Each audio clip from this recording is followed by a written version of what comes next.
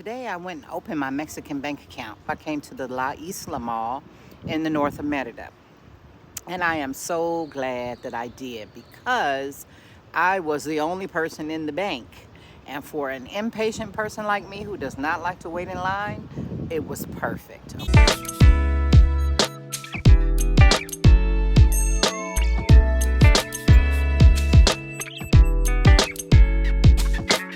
The La Isla Mall is considered to be one of the more upscale malls here in Merida. It has a wakeboarding pond or lake in the back where you can, I don't know how much it costs, but you can pay to wakeboard. You know, that's that thing. And they have some jumps and everything back there. It's really nice. And you can sit back there. It's like a park area and you can watch them wakeboard. And also there, I see right to my right, there's a Holiday Inn Express. So if you're coming to Merida and you want to be close to the mall and in the north of Merida, there is a Holiday Inn Express right here, like through the parking lot. So I was told and I read in many places that you needed your RFC number in order to open a bank account here in Mexico. And I went and got an RFC number. And when I went to this bank, they didn't ask for it, which was okay. I mean, I spent the money to go get it, but they didn't ask. So I went to BBVA. Now, just so you know, there may be a BBVA in the United States. You may have one of those accounts. I think BBVA in some states sold to PNC Bank. But just know that just because a bank has the same name does not mean you can do banking across the board. So the documents that I needed was 2 forms of identification. I used my passport and my temporary residency card.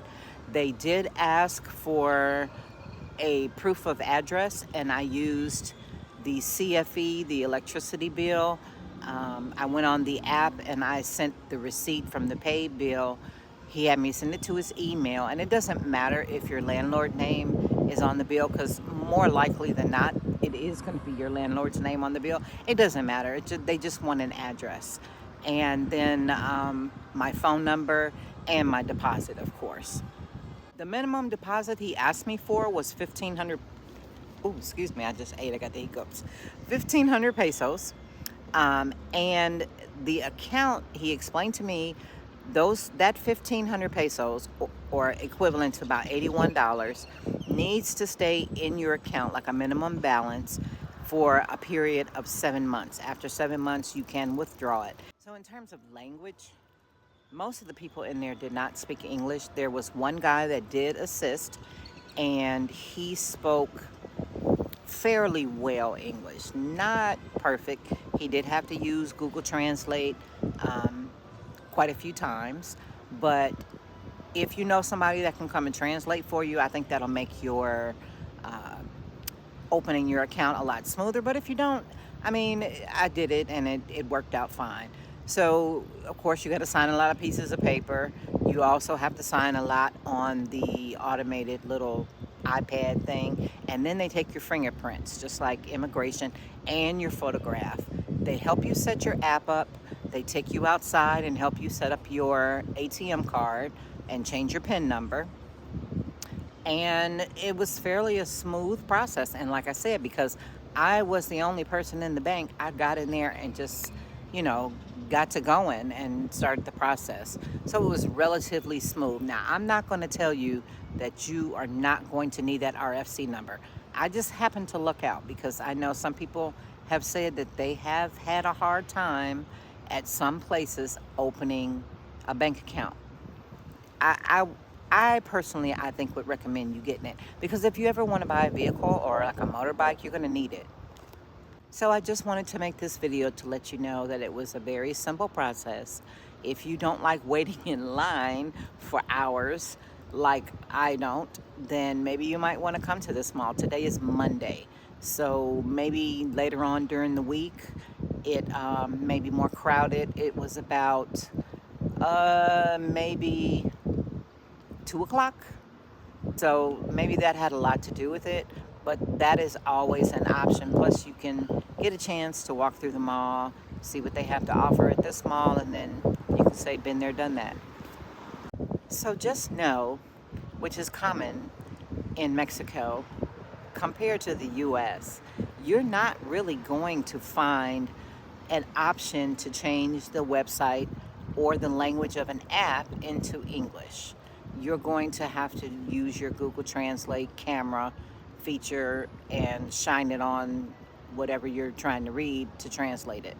And your banking app is no different. Your banking app will be in Spanish. He did look for me. There is no option to change your banking app into English. I haven't had a chance to explore the banking app, but they do offer bill pay service. You can transfer money directly from your account if your landlord has a BBVA account with no fee. You just need their CLABE number, CLABE.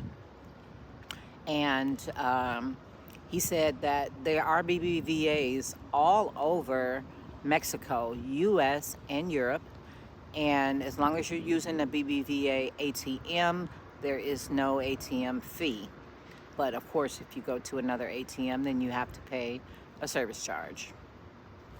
And that's the reason why I chose BBVA, because they have such a heavy presence in Mexico. Now, I don't know why I like Scotiabank.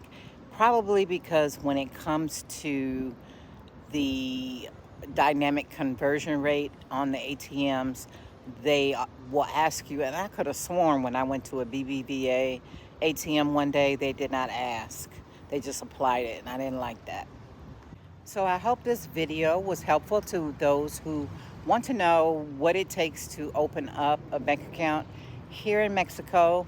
A lot of people will tell you you don't need one, and you don't. There are many ways around not having a bank account here in Mexico. However, I personally think that it helps to cut down on the foreign transaction fees that you're paying, and it allows you to order things from certain websites here to have delivered that may not take a foreign credit card, which there are some.